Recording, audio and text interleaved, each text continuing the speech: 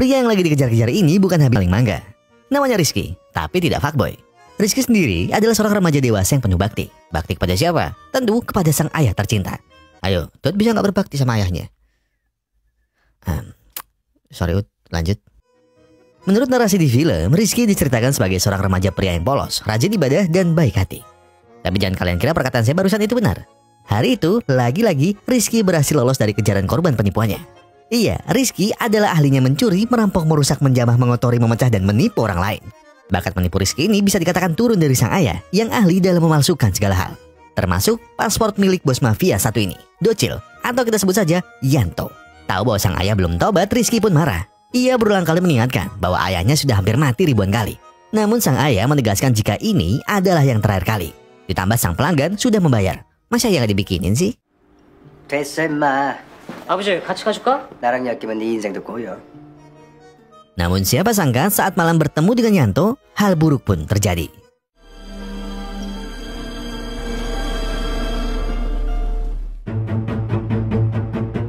Hari itu, hal yang paling tidak Rizky inginkan terjadi. Berita melaporkan bahwa sang ayah telah ditemukan tak bernyawa dalam sebuah gudang. Terlihat tali tambang yang disinyalir digunakan sang ayah untuk mengakhiri hidupnya. Namun bagi Rizky itu semua tidak masuk akal. Yang ia tahu dan ia sangat yakin bahwa ini semua adalah ulah dari Yanto. Karena satu-satunya orang yang mungkin ditemui ayahnya tadi malam hanyalah Yanto seorang. Oleh karenanya, Rizky pun yakin bahwa dalang dari kematian sang ayah adalah Yanto itu sendiri. Walaupun begitu, tersebar pula berita kematian dari Yanto, sang raja mafia yang paling ditakuti di Korea. Namun Rizky tak serta-merta mempercayai.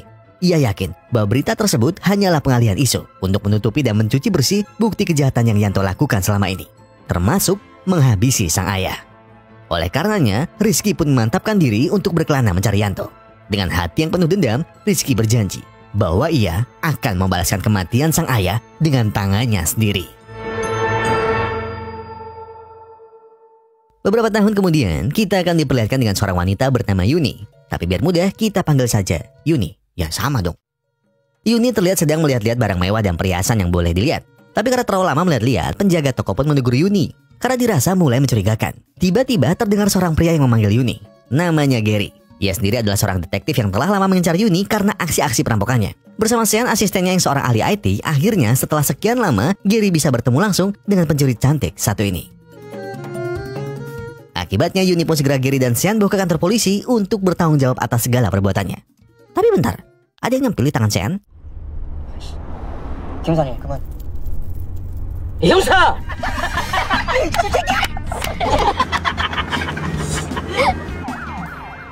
Tak disangka, kedua polisi tadi adalah komplotan dari Yuni.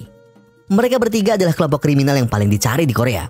Berdasarkan informasi yang ada, lebih dari puluhan bank, toko perhiasan, dan kesucian manusia telah mereka rampas dengan mudah. Yang bagian terakhir mah gampang. Cara mereka di setiap perampokan juga hampir sama. Yuni sebagai umpan, dan Gary Sean sebagai eksekutornya. Dengan paras manis dan rayuan maut dari Yuni, lelaki mana yang tidak terbuai. Di sisi lain, kita diperlihatkan dengan seorang jaksa yang bernama Park. Di sana ia terlihat sedang menangkap seorang oknum polisi yang diketahui menerima suap miliaran rupiah demi membantu Yanto untuk kabur. Dan mungkin Yanto tidak benar-benar mati beberapa tahun yang lalu. Setelahnya, saat Park menghadiri sebuah pers, tiba-tiba seorang wartawan bertanya tentang kasus kematian Yanto. Sang wartawan meragukan bahwa kabar yang beredar di masyarakat adalah palsu. Jika memang Yanto telah mati, seharusnya rumor mengenai dirinya sudah tidak lagi tersebar. Mendengar itu, Park hanya bisa tersenyum, menahan kesal dan bilang bahwa ia juga berharap rumor itu benar, agar dirinya bisa secepat mungkin menjebloskan Yanto ke dalam penjara. 소문이 사실이면 좋겠네요. Tahu bahwa kini aparat telah dipojokkan, Gary yang emosi segera menemui sang atasan. Secara terang-terangan, Park mengungkapkan bahwa dirinya lelah untuk menutupi dosa atasannya. Ia tak lagi mau menjadi kambing hitam di masalah mereka dengan Yanto ataupun kasus lain. Itu semua dikarenakan seorang pria bernama Kang telah merilis bukti kasus suap yang melibatkan para pejabat negara. Merasa posisi mereka terancam, sang atasan pun memerintahkan Park untuk segera menghapus berita itu. Dengan imbalan, Park akan naik jabatan dan juga bonus gaji yang cukup fantastis. Keesokan harinya, Park segera memanggil komplotan Yuni. Ia meminta bantuan komplotan Yuni untuk mencari tahu tentang keberadaan Kang dengan sebuah imbalan yang cukup besar. Dan yang perlu kalian tahu, sebenarnya rahasia dari komplotan Yuni yang selalu lancar melakukan perampokan adalah backingan besar yang Park berikan selama ini. Segera trio ini mulai melakukan aksinya. Selain merampok, komplotan Yuni juga ahli dalam memanipulasi sistem dengan kemampuan hacking dari Sean. Hanya dalam beberapa detik, seluruh data dan riwayat dari Kang sudah dikantongi oleh Sean. Diketahui Kang pernah dipenjara selama 3 tahun karena terbukti bekerja sama dengan Yanto. Ditambah lagi saat ini, Kang sedang menjalankan bisnis perumahan.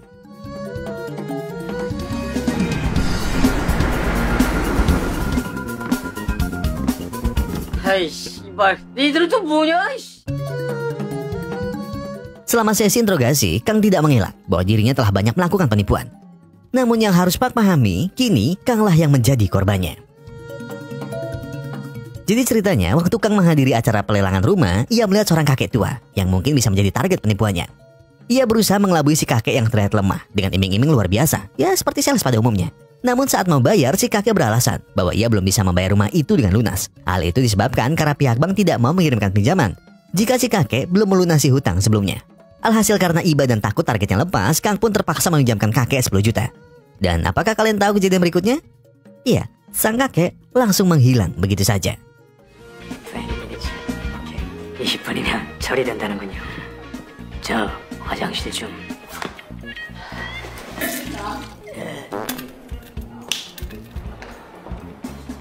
아유, 저거요. 뭐야? 탑재 앞에서 밑장을 빼? Berbekal informasi dari Kang, Pak segera meminta Sean untuk mencari tahu apa yang sebenarnya terjadi. Dan setelah memantau rekaman CCTV, barulah diketahui bahwa kakek tua itu adalah Rizky. Sontak saja Gary kaget melihatnya, karena Rizky adalah orang yang sering mengacaukan perampokan mereka. Tidak berapa lama kemudian, Sean pun berhasil melacak keberadaan Rizky. Pak dan Gary segera pergi ke tempat tinggalnya. Namun ternyata Rizky sudah lebih dulu pergi dari tempat itu.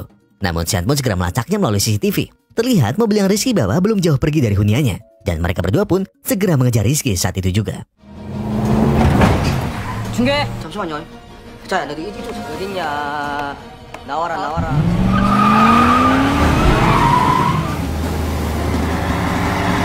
지금 좌절했습니다.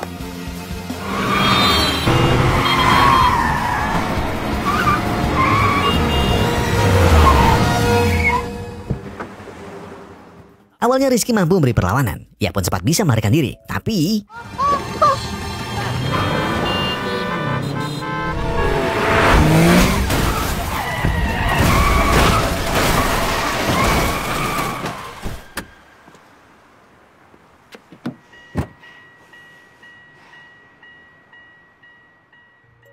Rizky yang baru saja siuman segera diberi Gary boga mentah. Setelah puas memukuli Rizky, gantian Pak yang bertanya, mengapa Rizky menipu Kang? Tanpa berkelit sedikit pun, Rizky langsung menjawab bahwa tindakannya itu demi memancing Yanto keluar dari persembunyiannya. Tentu omongan Rizky membuat semuanya kaget, karena mereka tahunya Yanto sekarang telah mati saat dirinya kabur ke Cina. Namun ucapan Rizky bukan tanpa bukti. Saat itu ia sedang berada di Thailand, dan di sanalah dia mengikuti gerak-gerik mencurigakan dari seorang pria. Namun sayang, saat Rizky sampai di sebuah rumah, ia harus tertangkap. Di dalam sana, akhirnya Rizky kembali bertemu dengan Yanto. Melihat sang pembunuh ayahnya, hati Rizky langsung diliputi dendam dan amarah. Namun ia sadar bahwa ia tidak bisa mengalahkan Yanto seorang diri. Dengan susah payah Rizky kabur dari tempat itu dan berjanji bahwa suatu saat kelak ia akan membalaskan dendamnya kepada Yanto. Tidak ingin tertipu dengan Rizky, Pak segera mencari tahu latar belakang pria itu. Namun usaha Pak terlihat sia-sia saat tahu bahwa Rizky tak memiliki bukti ataupun catatan kriminal dan hidup. Akibat hal tersebut, Pak pun segera menemui semua atasannya dan bilang bahwa mungkin Yanto masih hidup. Tentu saja kabar itu menggemparkan semua atasan yang hadir di sana. Pak menyampaikan rencananya untuk membunuh Yanto agar tidak perlu repot-repot lagi menutupi kasus yang terjadi. Mereka semua pun menentang rencana Pak dan mencacinya. Karena emosi dengan perlakuan para atasan, Pak pun segera menyeret Rizky ke atap gedung dan memintanya untuk bekerja sama menangkap Yanto. Tanpa pikir panjang, Rizky pun menyetujuinya dengan sebuah syarat bahwa yang boleh membunuh Yanto adalah Rizky seorang.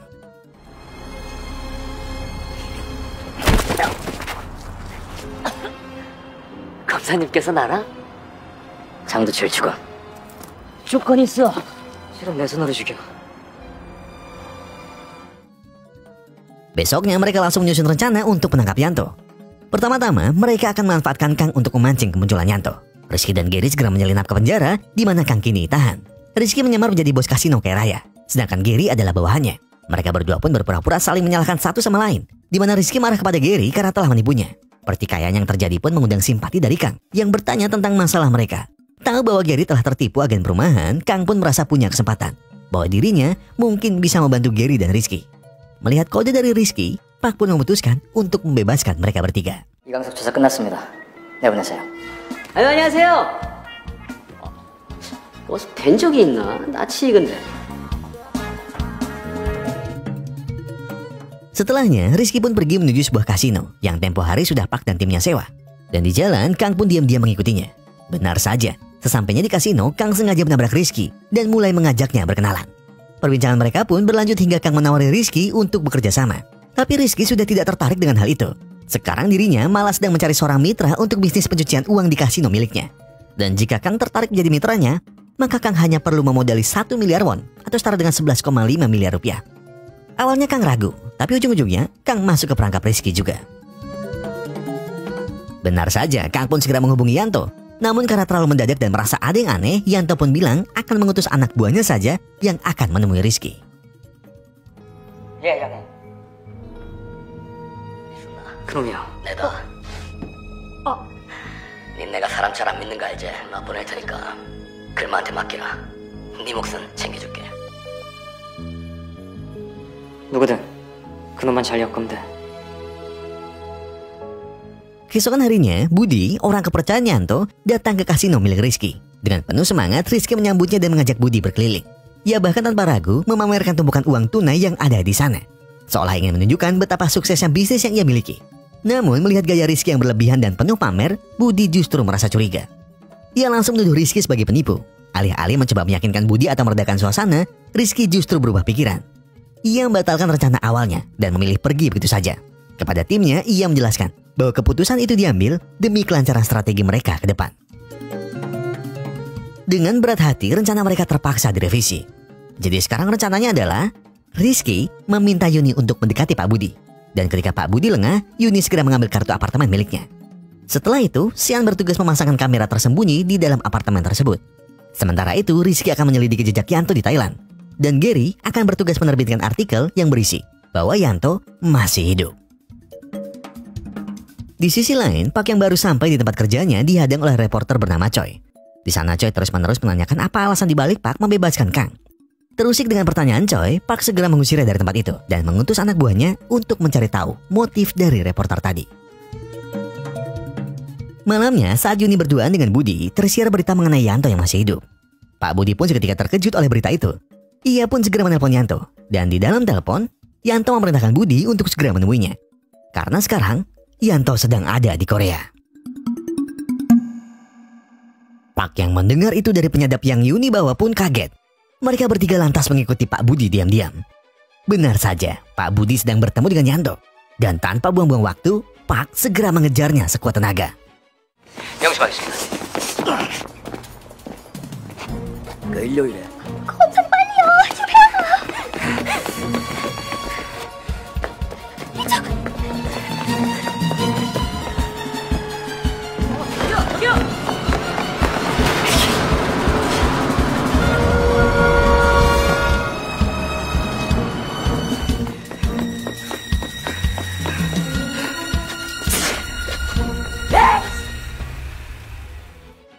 Sialnya, Park gagal mengejar Yanto. Gara-gara itu, Park sangat emosi. Karena sejengkal lagi dirinya bisa menangkap Yanto. Tiba-tiba ia mendapatkan telepon dari anak buahnya yang bilang bahwa Rizky sekarang sedang bertemu dengan reporter Choi. Hal itu benar-benar membuat emosinya memuncak. 이 새끼 싹 틀어서 뭐하고 다니는지 알아보라고. Di sisi lain, Rizky yang sedang bertemu dengan Choi membicarakan lebih lanjut mengenai daftar orang yang pernah menerima suap dari Yanto. Dan betapa kagetnya Rizky ketika mengetahui kenyataan bahwa Park juga menyimpan dokumen tersebut. Ketika Rizky dan Park kembali bertemu, Park pura-pura polos jika Rizky sudah membohonginya. Ia lalu memberikan sebuah senapan untuk menghabisi Yanto yang kini masih berada di Korea. Namun Rizky menolaknya karena ia ingin tetap menghabisi Yanto dengan kedua tangannya sendiri. Untuk itu, diam-diam Park meminta Gary menghabisi Rizky. Sebagai imbalannya, Park akan menjamin kebebasan Gary dari kasus kriminal yang ia miliki. Sehari setelahnya, Rizky dan kawan-kawan segera mengikuti Pak Budi yang akan bertemu dengan Yanto. Sesampainya di sana, Rizky dan Gary segera beraksi. Tapi anehnya, tiba-tiba Park meminta mereka untuk mundur. Dan yang terjadi... 무슨 소리야? 철수랑 철수해. 여기서 끝낼 거야.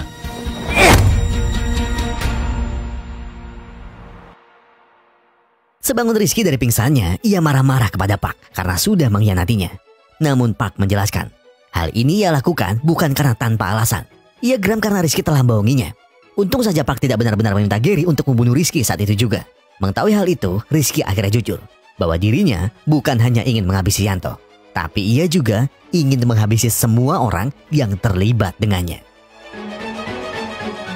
Keesokan harinya, Pak Budi pun kembali menemui Rizky. Dan ia segera memberikan Rizky cek sesuai kesepakatan mereka sebelumnya. Budi menyetujui rencana pencucian uang sebesar 800 miliar rupiah dengan Rizky. Tapi karena Budi tak mau ditipu oleh Rizky, Budi membayar 100 miliar dulu.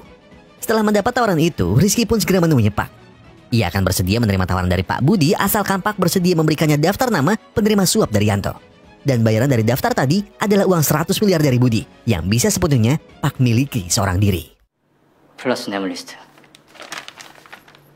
콜. 너희 셋이 10%씩, 난 리스트만. Rizky pun langsung memberikan cek 100 miliar won itu kepada Pak. Dan sesuai kesepakatan tadi, Rizky langsung diberi daftar namanya. Tidak lama setelah itu, Rizky segera mengirimkan daftar nama tersebut kepada reporter Choi agar segera dirilis di dalam berita. Singkat cerita, berita mengenai pejabat korup mulai memuncaki topik. Semua pejabat yang terlibat mulai ketar-ketir. Dan akibat dari kejadian itu, Pak langsung terkena semprot atasannya. 너 뭐하는 놈이야, 이 새끼야? 이게 네 봉하지 않아도 끝낼 문제다, 이 새끼야! Malam harinya, Rizky mendapatkan telepon dari Pak Budi. Tahu akan hal itu, Pak meminta Rizky untuk mengeraskan volume teleponnya. Pak Budi berkata bahwa sekarang kondisinya sedang terancam. Oleh karena itu, Budi meminta uang muka 100 miliarnya untuk dikembalikan. Dan segera mengirimkan pelunasan 800 miliar saat mereka bertemu. Pak yang mendengar itu segera memutar otak untuk mendapatkan uang 100 miliar dalam waktu sesingkat-singkatnya. Karena uang yang ia terima dari Rizky sudah hangus seketika demi memuaskan keinginan Pak semata. Tak punya pilihan lain lagi, Pak pun segera meminta uang 100 miliar pada atasannya. Pak beralasan dengan uang itu ia akan menghapus semua berita tentang kasus korupsi yang mereka lakukan. Namun jika tidak, Pak mengancam bahwa dirinya akan menambah hukuman dan menjebloskan mereka ke jeruji penjara. Takut akan ancaman itu, tanpa pikir panjang, mereka segera memberikan uang tersebut. Esok harinya, Rizky pun menemui Pak Budi dan memberikan uang 100 miliar won sesuai kesepakatan mereka. Dengan itu cek senilai 800 miliar sudah berada di tangan Rizky. Dan langsung ia berikan kepada Pak untuk dicairkan. Tapi karena Pak ini licik, ia berencana mencairkan cek itu dengan dolar. Dan kembali menikmatinya sendirian. Sesaat kemudian, Pak mengajak Rizky dan komplotannya untuk bertemu. Sebenarnya, hari itu adalah hari di mana mereka bertemu dengan Yanto secara langsung. Dan juga membunuhnya saat itu. Tapi tiba-tiba... 그거 뺍시다. 보고 있어. 리스트? 무슨 리스트? 이제들 알려줘도 괜찮겠어? 언론사에 보내려던 자료들 다 회수했습니다. Rizky, Yuni, dan Sean tiba-tiba ditangkap oleh anak buah Pak. Ternyata Pak ini adalah orang yang menyuruh ayahnya Rizky memalsukan paspor milik Yanto. Sekaligus orang yang telah menghabisi ayah Rizky tanpa belas kasihan sedikit pun. Selain itu, Pak ternyata sudah menyelidiki Rizky secara diam-diam. Bahkan dia mengetahui rencana Rizky sesungguhnya. Berkat Gary yang telah mencuri semua data-data yang dikumpulkan oleh Rizky. Dan setelah itu, Gary diperintahkan Pak untuk segera menghabisi nyawa mereka bertiga.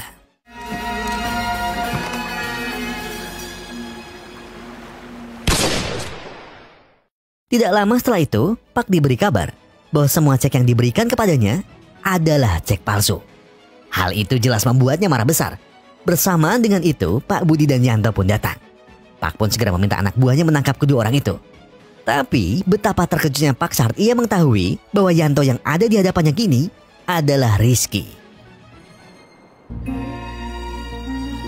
뭐야? 선임, 많이 놀랬지? Jadi, semua hal yang terjadi selama ini adalah rencana jenius dari Rizky. Ketika dulu Rizky pernah ditangkap oleh Yanto, beliau menjelaskan bahwa yang membunuh sang ayah bukan dirinya, melainkan Pak itu sendiri. Jaksa bengis itu secara babi buta langsung menghabisi ayah Rizky saat ia memergoki mereka berdua. Dan juga semua telepon Yanto kepada Pak Budi adalah suara Rizky sendiri yang sudah dipalsukan oleh Sean. Bahkan Yanto yang Pak lihat malam itu adalah Rizky yang sedang menyamar. Ternyata juga Gary dan Pak Budi adalah komplotan dari Rizky. Gary memiliki kerabat yang telah COD dengan malaikat akibat dirinya ditipu oleh bisnis bodong Yanto. Begitu juga istri dari Pak Budi. Mereka semua bersatu untuk menghabisi semua orang yang terlibat dengan kaburnya Yanto ke Cina. Dan Pak adalah orang yang paling berpengaruh dalam hal ini semua.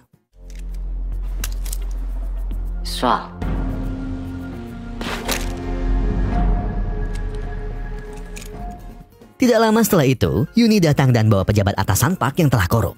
Sambil menangis, ia berjanji akan menangkap Yanto jika dirinya diberi kesempatan untuk bebas. Tapi itu semua sudah terlambat, karena polisi segera mengepung mereka.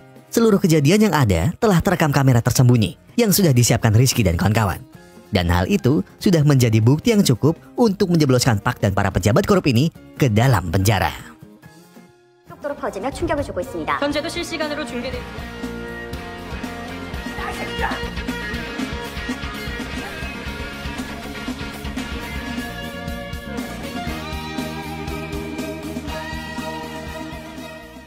Setelah semua kekacauan itu, Rizky dan yang lainnya bisa berkumpul kembali. Balas dendam perampok paling jenius di Korea ini pun berhasil dengan tuntas. Sebuah rencana perampokan dengan trik tipuan paling gila berhasil membawa Rizky membayarkan semua kepahitan ayahnya yang tak pernah bisa kembali lagi. Dan juga mereka semua mendapat jackpot sebesar 800 miliar dari uang yang sempat Pak bawa kabur. Namun walaupun begitu, misi mereka berlima belum selesai. Karena musuh sesungguhnya adalah 설계는 네가 해야지.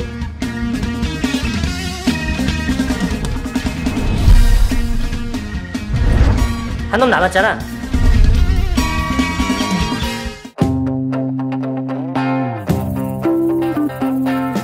Iya, dari film ini kita bisa belajar bahwa jangan pernah merasa jadi seseorang yang besar. Besar yang saya maksud bukan besar ukuran ya. Jadi maksudnya itu merasa lebih baik dari orang lain. Nah, itu dia ngomongnya berantakan lagi.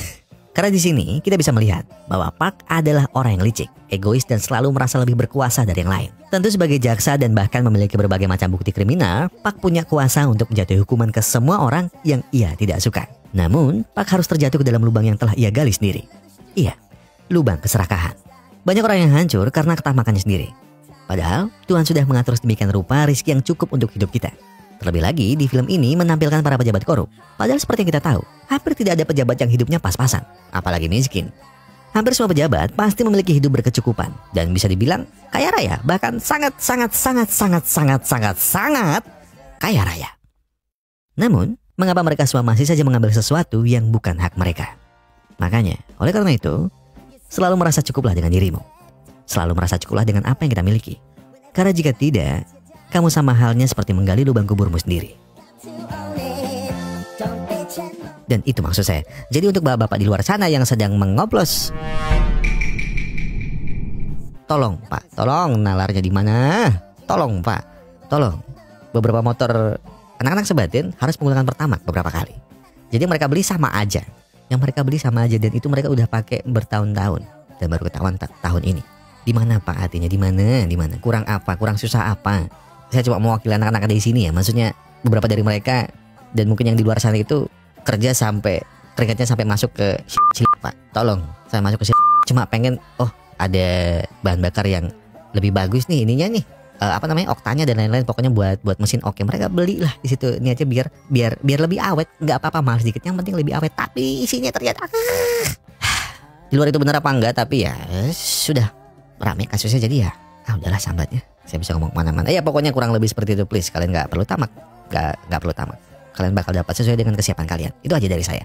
Jadi saya Gogon dan sekedap tim Musra Glory mengucapkan terima kasih. Terima kasih buat kalian semua yang sudah menonton video ini sampai habis. Terima kasih buat yang sudah memberikan komentar. Terima kasih buat yang sudah memberikan like. Terima kasih buat yang sudah terima kasih buat yang sudah subscribe dan juga terima kasih buat yang sudah memencet tombol thanks ya. Maaf tadi ada yang nyangkut. Karena apapun yang kalian lakukan untuk channel ini sudah membantu channel ini berkembang ke arah yang lebih baik atau mungkin berkembang sampai hari ini. Itu semua karena kalian. Jadi saya mengucapkan terima kasih sekali lagi. Dan sebelum menutup video saya pengen bilang ke kalian semua kalau kalian lagi ada banyak masalah yang itu berat banget, yang tenang. Gak perlu buru-buru, gak perlu nyusul-nyusul. Selesaikan semuanya dengan kepala dingin. Oke? Jadi sekarang tarik napas, buang, tenggak kopinya, ambil koreknya dan